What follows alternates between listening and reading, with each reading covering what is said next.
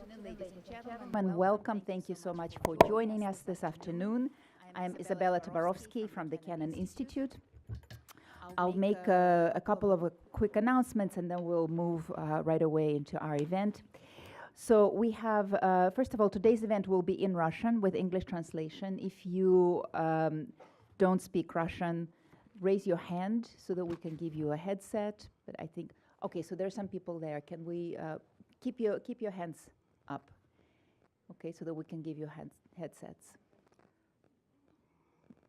Victoria, do we have somebody who can give out headsets?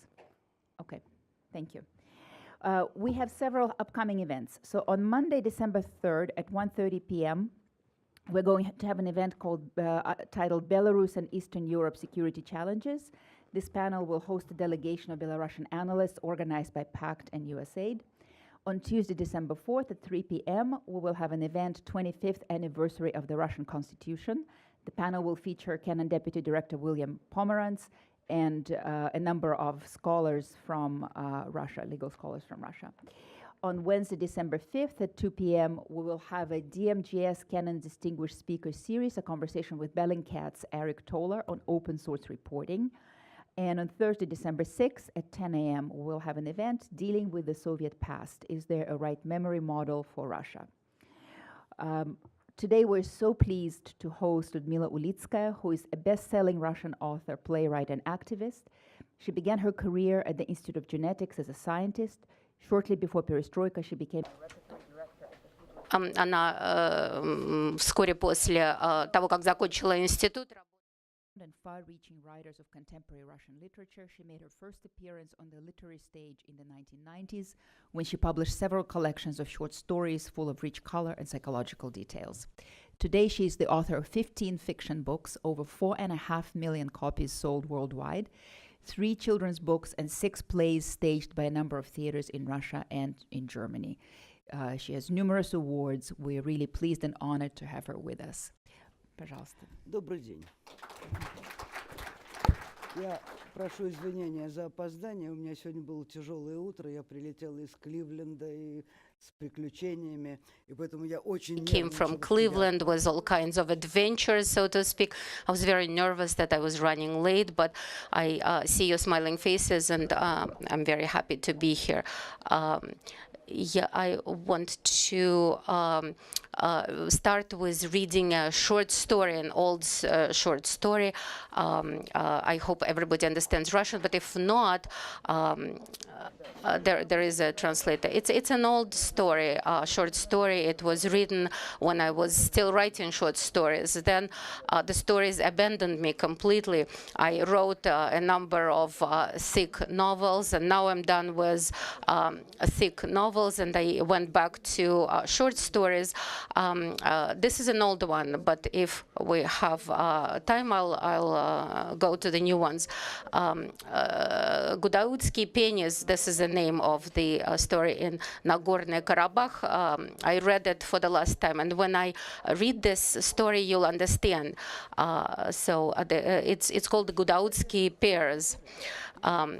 Our host, Khodakurs, was coughing behind the wall. I was 10 years old, and I just got better, but here my wounds are open.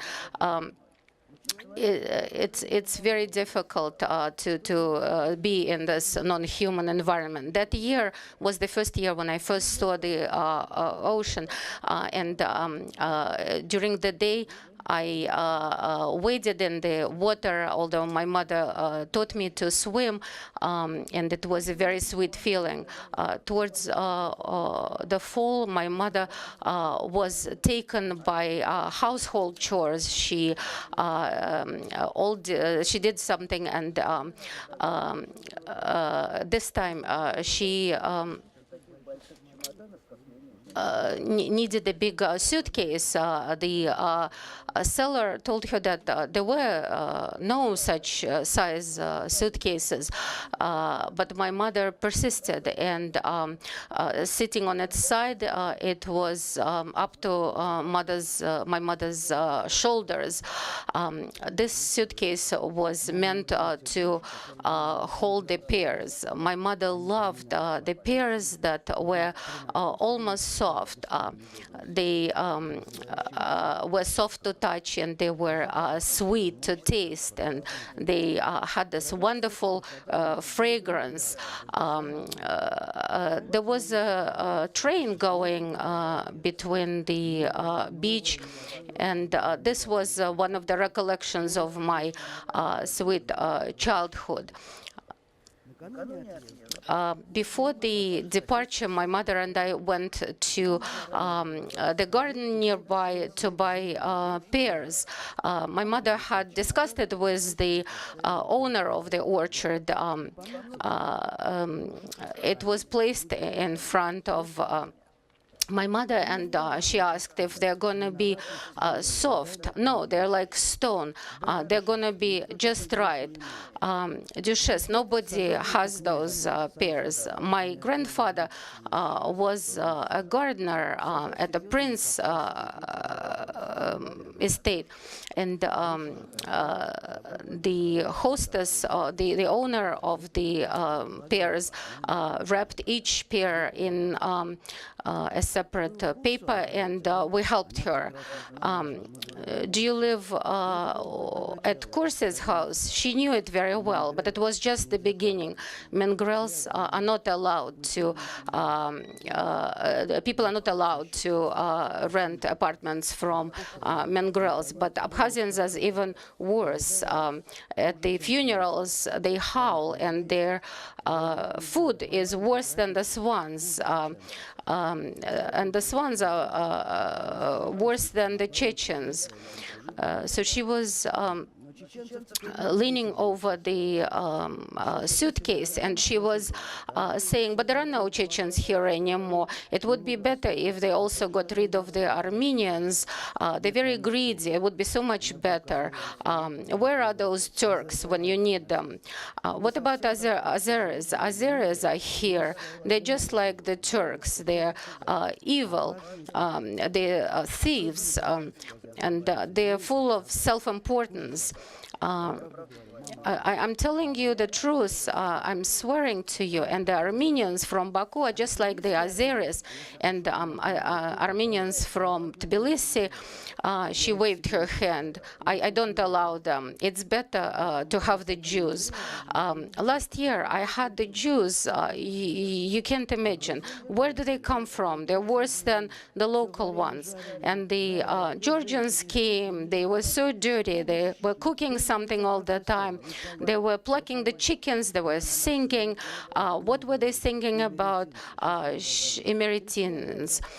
What can you do about them? They're peasants, no culture. They use their feet to mash the grapes.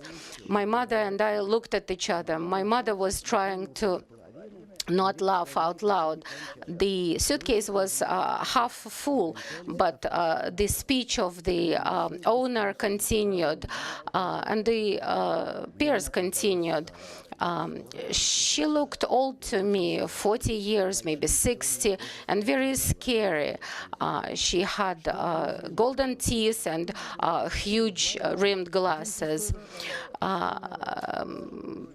What are we talking about? Georgians, Algerians, they're the worst. Their life is the worst. And what are they thinking about? The last rows of pears were filling up. She was alternating, putting the top down and the next row up.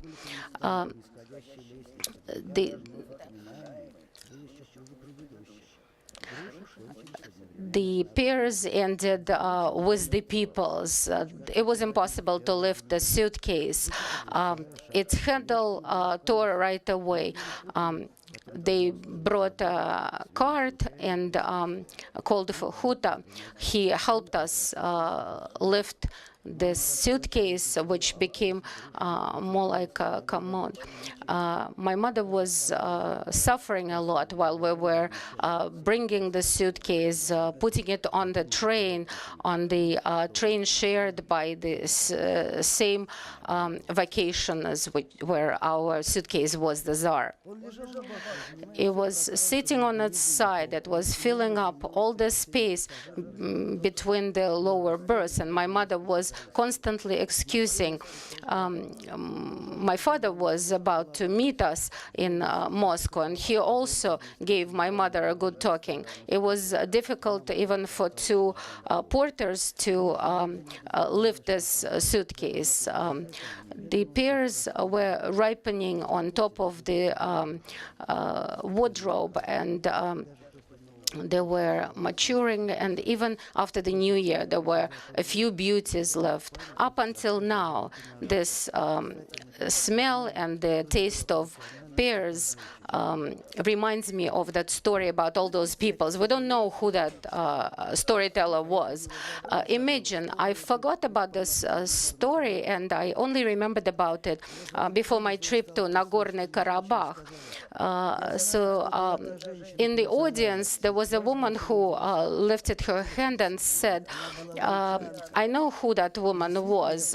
Interestingly, she said it was Greek, and it's true. I remembered that there were Greek colonies in the Caucasus and then the Crimea up until after the war, because just like the Tatars and the Germans, the Greeks were also expelled, but the Caucasian Greeks remained.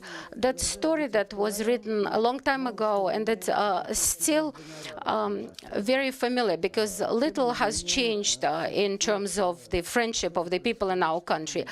Something is happening, however, and some things are changing. It's a good. There's a good saying: everything changes in Russia, but generally it all remains the same. So that saying that things remain the same, it's an interesting observation.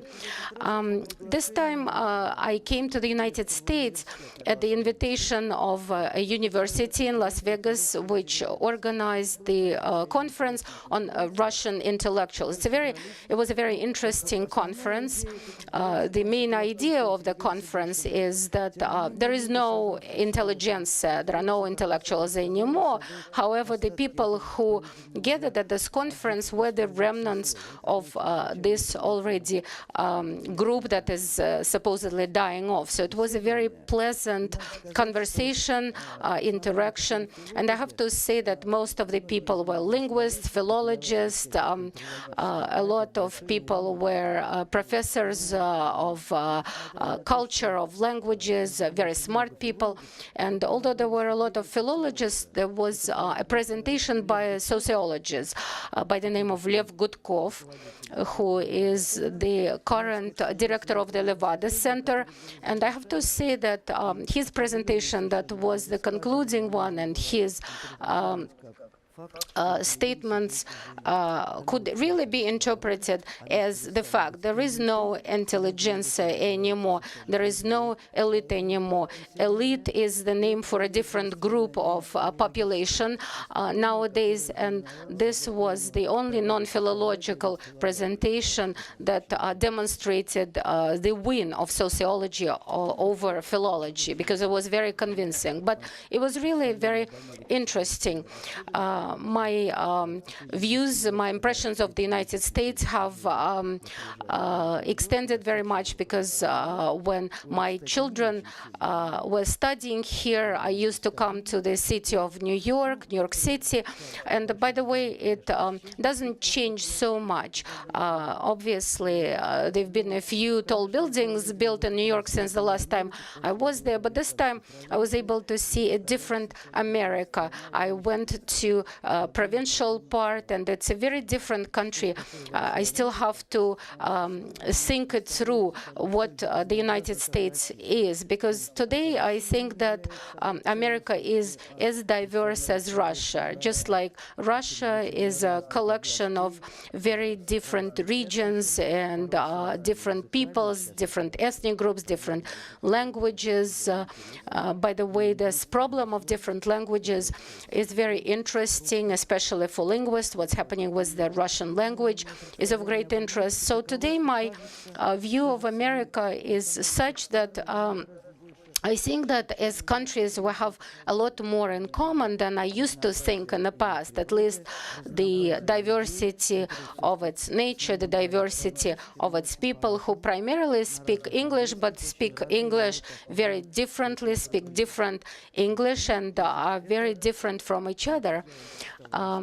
This was the story that the story that I read to you, because my biography as a writer is very interesting. I told you already that I am bored writing large books, and I went back to short stories. I'm very happy that they came back to me. And now I want to read a very small story for you. It hasn't been published yet. It's a small one. It's devoted to my friend and literary agent Yelena Kostyukovich, and it's called Aqua Allegory. Sonia Solodova, middle-aged, thin woman with clear evil eyes, understood what the essence of life was after she divorced her husband. The essence was food, but it became clear to her not right away. Volodya left very quietly. He collected his things and said that he was leaving. Sonia was in a stupor, but then she started cleaning up. First of all, she cleaned up the kitchen so that there is no fat that is always splashing off the griddle. Volodya ate fried meat every time, especially he liked pork. He fried the pork himself. He didn't allow Sonia to touch it. In 2 days that she was cleaning up, the smell of the fried meat changed to the smell of the cleaning products. Then Sonia started cleaning the whole apartment. She was kicking out everything to do with her husband. She threw out his old shirts that still contained the smell of tobacco.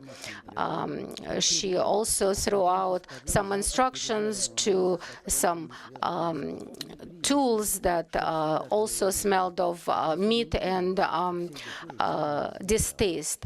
I don't want any trace of you. She scrubbed every floorboard, every window, and when she completed her sanitary treatment, she sprayed the apartment with half a bottle of French perfume called Aqua Allegory, which she won in a lottery when she was still working. She understood that those promises that she had in her childhood came back, and they were hanging in the air. The air was coming from outside, from the skies, so thought Sonia. The smell was flowing from this Aqua Allegory, but it was different. The first week, Sonia didn't eat anything. She drank tea and she nibbled on the apples. And when she realized that she didn't eat anything, she made buckwheat. When she finished the last drop of buckwheat, which she had forgotten to salt, Nelly came, and she came with apples and some jam. Nelly's life was concentrated on 6 hectares of orchard land. It was a very effective farm. That year there were a lot of apples, and Nelly already filled her jars, clearly marked with the year, the plant, and the type of the apples. There were 4 types of apples. The last one was Antonovka, the latest apples, and that year all the shelves were filled with jars, and apples were still there. So she gave Sonia the remaining apples and also shared it with her former boss. They started drinking tea. Nelly shared her troubles with apples, but Sonia didn't say anything about her husband. Nelly was always jealous. Sonia, you're losing weight without any diet. And last year, I suffered so much with this Dukan diet. I couldn't eat a single cake or a single candy, only meat. And the whole day I was thinking, what could I eat that I would like beside meat? What are you eating? Sonia laughed. She said, I've been eating your apples and buckwheat.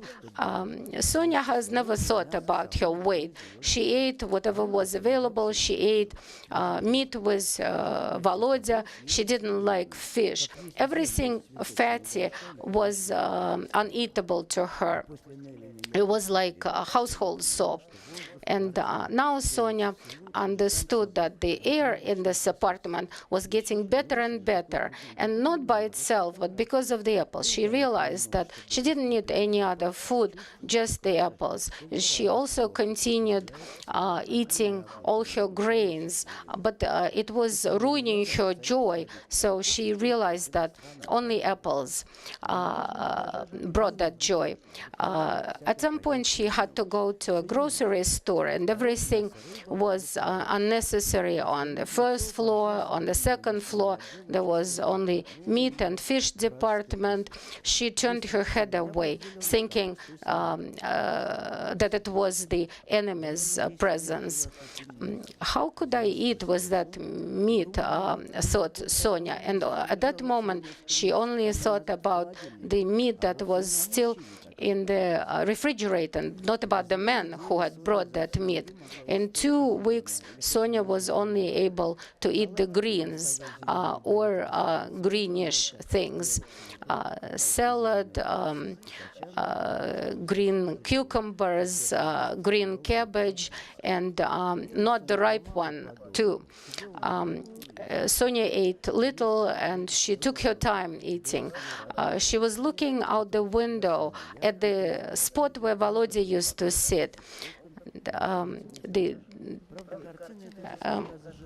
The beautiful tree was right across from her window. Nelly came again, and she brought the 4th type of apples, Antonovka. Nelly was very strong. Sonia wouldn't be able to lift this weight.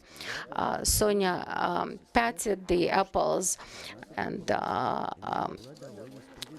gave her cousin her grandmother's pin. They had the same grandmother, but her daughter inherited the pin and not the son. And then Sonia inherited it, but the name was inherited by Nelly. And Nelly thought that because of that, she was entitled to the pin. So she was very happy to live with that pin. And Sonia breathed in and realized that Antonov apples were taking out the scent of the French perfume. She saw the house across. She didn't want to eat.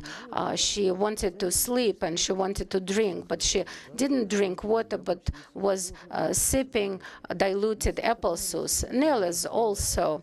It was unsweetened because she didn't want to use much sugar, but it wasn't going sour. And all her neighbors was, but not hers. Sonia was still sleepy, probably because of the scent. It was the smell of powerful, lonely happiness, and she didn't have the need to share it with anybody. It's good that I didn't have a child, she thought. He would need a lot of effort and would fart a lot. She didn't even think about Volodya. She put new bedding on the bed, and she was still sipping the juice. She didn't walk much. She was thinking, what was going to happen when the juice ended? Something strange happened. Where she had little hairs, she saw little threads, silky. She was putting them around herself, and she was moving her hands and feet when she had some strength. She still didn't want to eat. She was very sleepy. She slept more and more, and she went to sleep the final time at the end of February. The apartment was filled with beautiful scent, and she didn't feel the apples. Her cousin Nelly called her every once in a while, but she could never reach her. When she came, she couldn't get an answer. Nelly was a little angry. She said maybe she left, but why didn't she say anything? 40 days was lying this little hairy doll, and then it cracked, and a butterfly came out, and when it opened the cocoon, it was so beautiful, but there was nobody to admire it. The optical illusion was such that the wings were all glistening in oranges and greens, and this huge insect reminded of the apples. It flew out of the open window, and in another week, Nelly, that was upset, came. She tried the neighbors, but they didn't know anything about Sonia. One old woman didn't know anything. She had left a long time ago, probably. Nelly ran to the police. They broke the door, but they didn't find the body. The only live subjects there were the flies. There was a whole cloud of flies, and there was strange clothes remnants on the bed. The passport was in the purse. There was a picture on the passport. She was declared a missing person, and there were posters with the missing person's picture all over the city. And Sonia lived in a not such a simple place. She had beautiful butterflies flying around her. One of them was her first teacher, Margarita Mikhailovna. She was a big one. She was brown and multicolored. She didn't make any unusual movements. The air was light and fragrant. It changed from peach to wild berries. And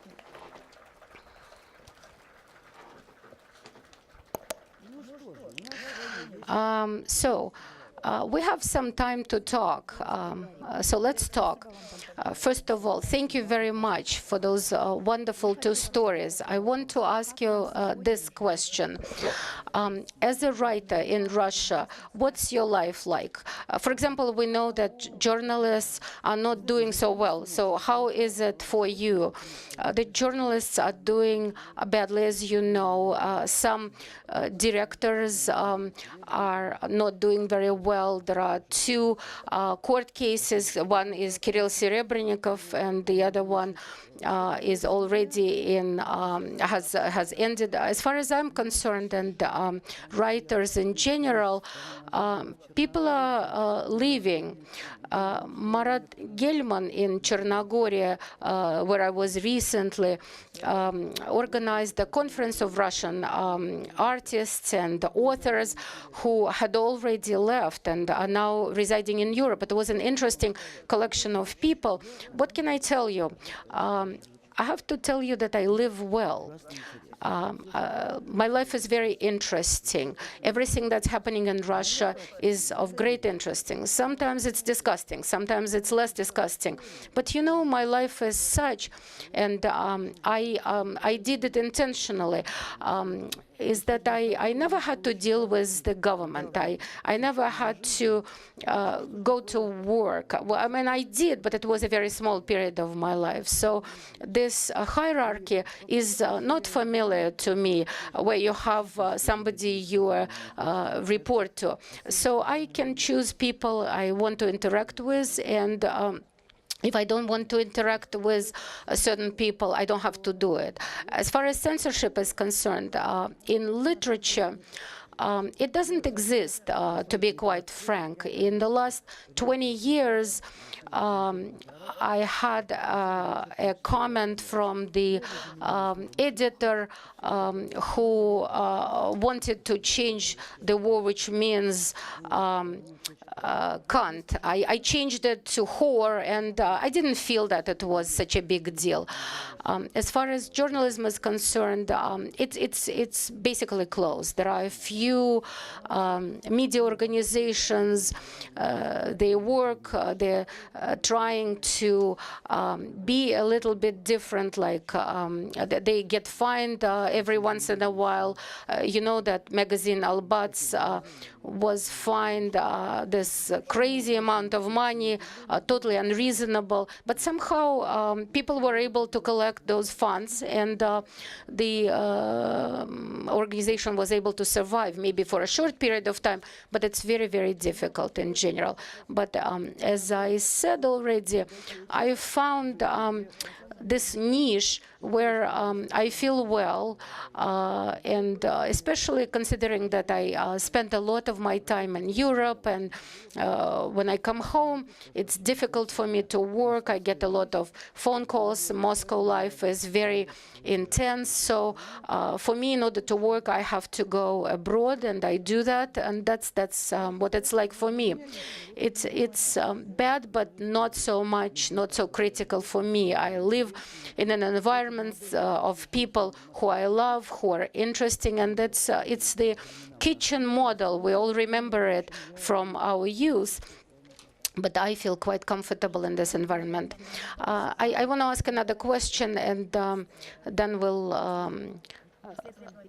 let the audience to ask questions. You mentioned that the role of intelligentsia, of public intellectuals, is different. It's diminished as compared to the times of the Soviet Union. The role of intelligentsia is the conscience of the society. Why? You know, I came to that conference to Las Vegas with a presentation, and it's called Reading as a Heroic Act. I was talking about this unique period in our culture, in our society, when reading was a passion of everybody, where reading was the essence of life. It wasn't entertainment. When samizdat or unofficial publishing canon was an essential part of our lives. It was very dangerous, because I think the criminal code, the punishment for reading samizdat was many years of hard labor. Oleg Radzinsky, by the way, went to prison for that crime. I also wasn't spared, but I didn't have such harsh punishment. I just lost my job and all my colleagues. The whole lab was closed down. I was a geneticist by training, and that was the end for me dealing with biology. So my new profession in some way was prompted, was offered to be by KGB, because everybody in the lab lost their jobs and nobody went back to biology after that.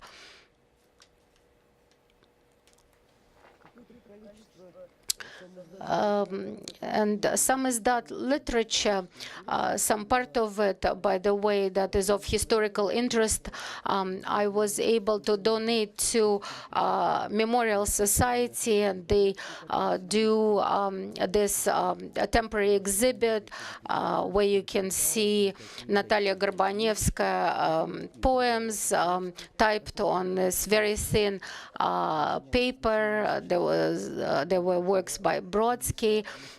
There were 4 poets who started it. Anna Andreevna Akhmatova was the first one to understand who was the greatest of them, and as we know, she was right about it. So this reading, the reading of samizdat literature, wasn't just literary reading, because there were a lot of political works there, there were a lot of philosophic works, and even scientific works.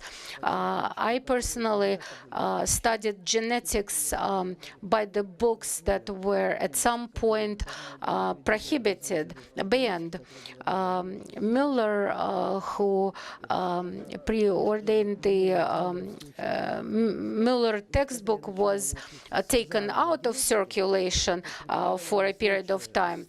And when I started learning genetics, I had a lot of professors who were of the old school. Some of them had been to gulags, to prison. And what I was studying was the first real course of genetics after Lysenko. So they took out this dusty textbook, which was multiplied, and we were able to study by that book. So samizdat was very diverse. And when in the 90s, all that massive amount of literature was published, I felt that everybody who needed to read it had already read it, because those books were sitting on the shelves in bookstores and they were not selling. I remember I was at a publishing house, and Berdiaev's books were in piles, and they were there to be destroyed. And it's an interesting phenomenon of the Russian culture. It's very selective. It's very subtle. This is the layer that was called intelligentsia and was diminishing, and those concepts that I'm using, they're very hard to define. And today, whatever used to be called intelligence is in marginal condition. They're not the intellectuals that are ruling the public discourse, because I think it's actually true of the whole world. In Russia, it's just more noticeable because the country was had many more readers and was much more reading public. Let's move to questions over there, please. But please wait for the microphone and present yourself. My name is Ruslan Garipov. I'm a fellow at Woodrow Wilson Institute. I'm from Kazan. Your first story reminded me of a famous joke about Tatars when they said the uninvited guest is worse than a Tatar. The Tatars got upset, wrote to Moscow, and they answered, uninvited guest is better than a Tatar. My question for you is this: who's your target audience? Do you have a message that you want to relay to your audience? As far as target audiences, it's very simple. When I started writing, by the way, my first book was published when I was 50. My contemporaries were already famous writers. I didn't need to compete with anybody, and I basically wrote for my friends. And the first book that I wrote actually was published by Gallimard publishing house in France. That's how it happened. In 1994, it was published in Russia, maybe in 2,000 copies, or maybe even 1,000 copies. It was called Poor Relations, and it had Sonichka in it. And I remember that I used $100 to buy up those books, the remains of the books, and I always use it as a present for my friends, this little black and white book. So my reader is, in the past, remains my friends. I just didn't realize that there would be so many of them. But in general, I always consider that my reader is a person of my age, and here I was wrong, because younger people read my books, people of similar education, and people having a similar view of life. I'm not talking about ideology, but just the view of life. So I basically created my own readership, because now my books are published in great numbers in Russian, and the books are being translated into different languages. And wherever I go, I see very nice, very friendly people whom I understand. Wherever I am, I recognize them. I recognize my readership. I could drink tea, I could drink vodka with them, and I understand what kind of conversation we could have if we were in the setting. So this is what that's about my readers. As far as the message is concerned, I don't really have a message. There is no special message that I want to send to humanity. There are problems that I want to study, and I study them by writing. When young people send me their works, I always tell them it's useful to write. It doesn't matter whether you become an author or not, whether you get published or not. But writing, of course, for people who enjoy doing it, not everybody does. But if you enjoy writing, you should, because the process itself lets you have a more clear thinking, more clear definitions. And sometimes it helps solve certain issues, certain problems when you try to describe the whole situation. I had this theme of my youth, or related to my youth, and this transformation of my generation. And I wrote about it in my book, Medea and Her Children. For a few years before I went to the university, I worked for a histological laboratory. Then I had university, and then I worked for the Institute of General Genetics. And this profession didn't leave me. It is somewhere inside. The Kukotsky Enigma, or the Kukotsky case, is a novel about my former profession, about the people who are studying a human being, who are studying a person. Daniel Stein is my conversation religious conversation or religious quarrels. This is the theme of Christianity that was dear to me, and this book is on that theme.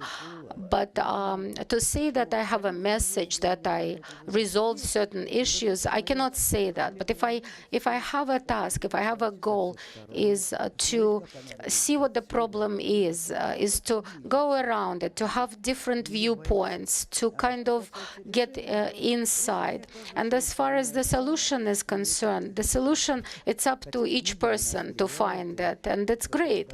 Although books obviously influence us, and my presentation, reading as a heroic act, I was saying that a person is formed to a large extent by the books that this person read. And I have been talking about the books that influenced me, that changed me. And I think that each person has his or her own list. It's very individual, and it's important to look at it for yourself.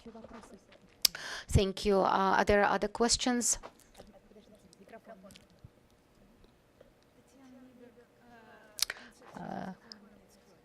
Tatiana Nierberg, Magnitsky Act initiative. First of all, I want to thank you for the support of Yuri Dmitriev. It's very important.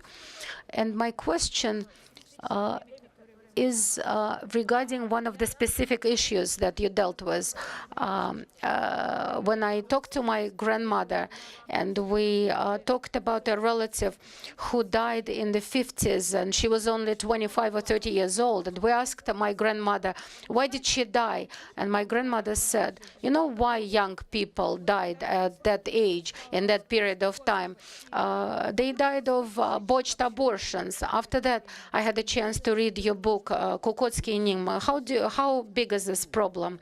You know, the problem is that statistics in Russia is very poor. Even when you have statistics, it's hard to get to it. Especially, it's especially true of the statistics for the after-war period. As you know, Russia always has problem with men, especially after the war, because any war, a large war, a small war, a war is always going on. It can be announced or unannounced, and there is a huge demographic disbalance in that sense. And so the problem of single mothers was especially important and especially big after the war, because women wanted to have children, but there were no men, and life was hard and difficult. And a woman having just one child had a lot of trouble raising that child, especially if she didn't have a husband. Abortions were banned, and illegal abortions were very dangerous. Women died of botched abortions, but we don't know how many, because when they died, they were brought to a hospital, and usually they falsified diagnosis because there was a criminal case, and each self-respecting doctor understood that if you diagnose it as an abortion, it would lead to somebody being incarcerated, and people did get incarcerated. So among doctors, among gynecologists, there was a movement to allow abortions, to make abortions legal. Nowadays, when there is a war on abortion, we can talk about the changing concepts. An acquaintance of mine, a doctor by the same name, Pavel Alexeyevich, the last name was different. He was the director of a large institute. He was an OBGYN, and he went to Stalin or some higher-up officials with the request to allow abortions because there was this pressure in the medical environment, and eventually they became legal, and it did a lot of good because women stopped dying of illegal abortions. They died of other causes, but at least not from abortions. So at that time, it was a humane movement. It was a different world. There were no birth control means, and that issue that is basically solved nowadays was not solved then. So Pavel Alexeyevich, the doctor, his real last name was Guzikov, and a lot of stories, a lot of events that are described in this book are events that happened in his life. When I learned about him, I didn't know him personally, but I was friends with his adopted daughter. Irina Pavlovna Uvarova-Daniel is a widow of Yuri Markovich Daniel. That was one of those number of wonderful people that I had the honor to be friends with. So all those stories I know from Irina Pavlovna, and they're all real. They're all real stories of Dr. Guzikov. Lyudmila Evgenievna, hello. I'm Karina Kardenis. I'm a doctor. I worked for the Bakulev Center for 20 years.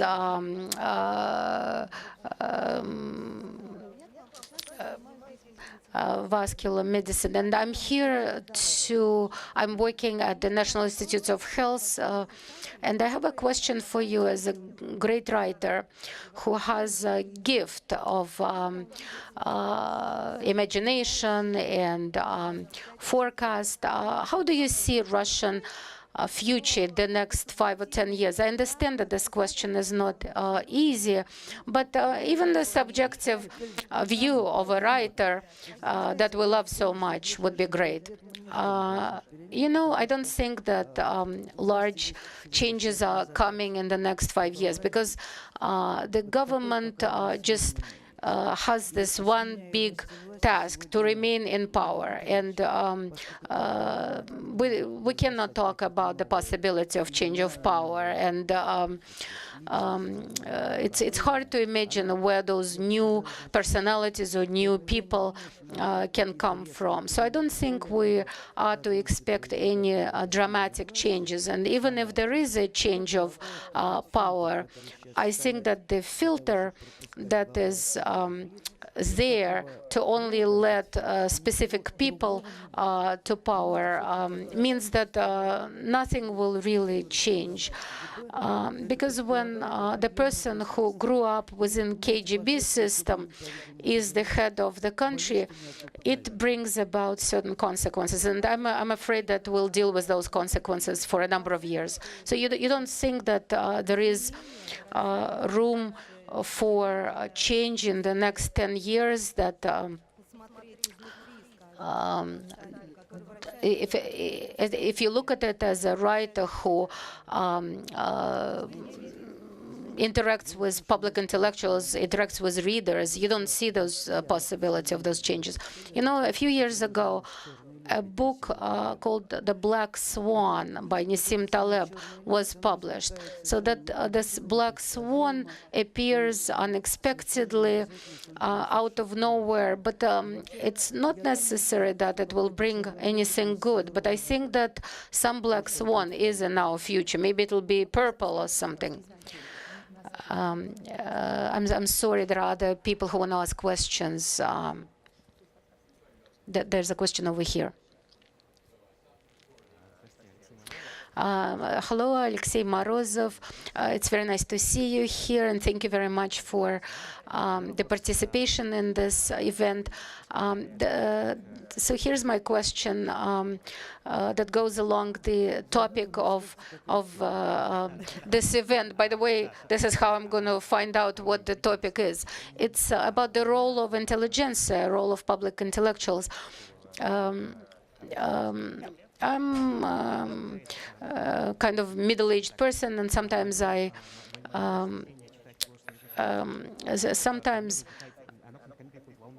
my desire to read fiction comes in waves. So sometimes I read fiction, then I lose interest, and at this time I don't read much fiction.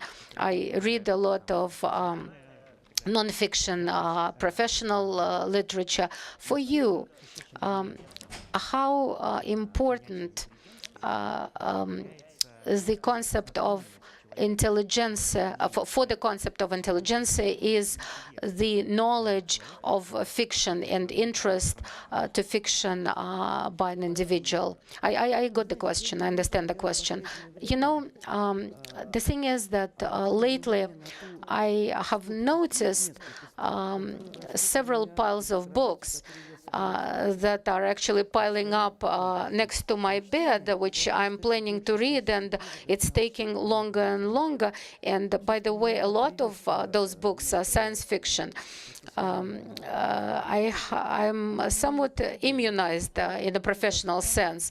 And just like you, I'm also more interested in reading books about current science, sometimes more than fiction, although I do read fiction.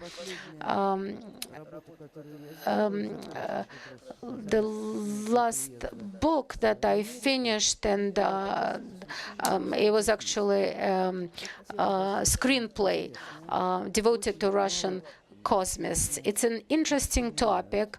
Very few people remember them, but they played a huge role in Russian culture. We just forgot about it, and we don't talk about it because that was the movement, mystical and genius and weird. So it was a combination of many different things. I read Fedorov, Tsiolkovsky, Vernadsky. It was so interesting, and I enjoyed it much more than reading the last book by now deceased Sharov. So there's books about cosmists won. I think maybe it's a general tendency, or maybe it's our personal preferences, but we agree on this. Individual, incredibly interesting books come to me, but it happens very rarely.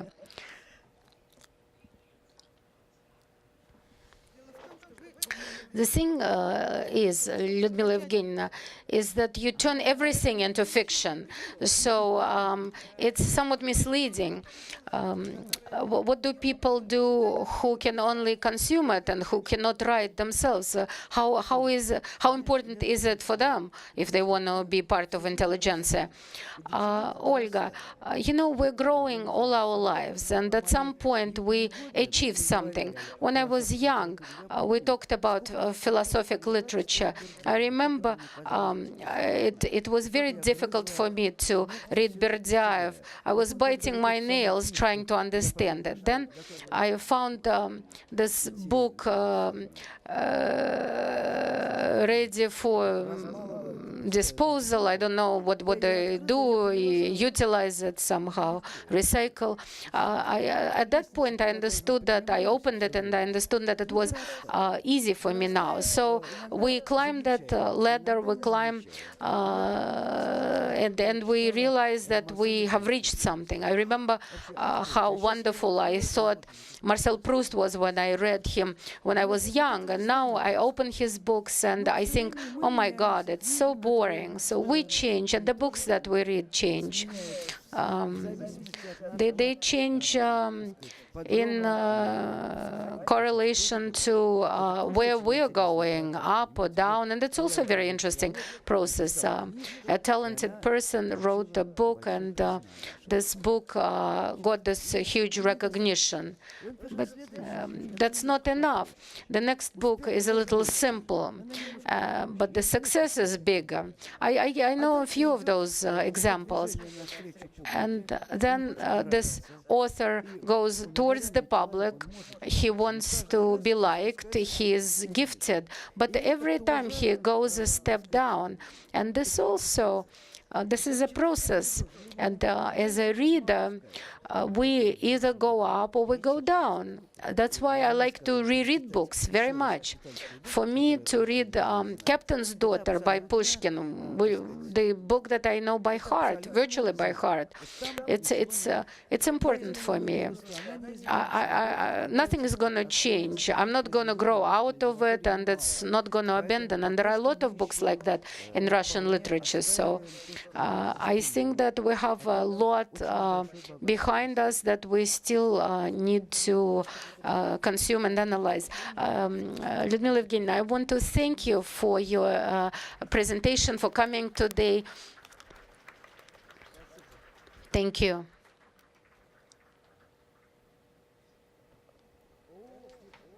Даже ко мне.